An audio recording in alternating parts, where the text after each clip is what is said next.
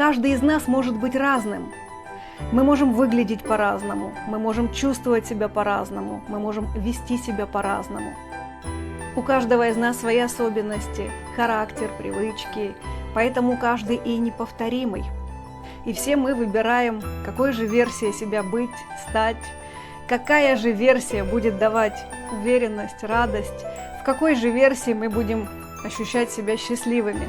Поздравляю вас с Новым годом, дорогие мои друзья! От имени всего театра архетипов я желаю вам вдохновения, бодрости, радости, сил.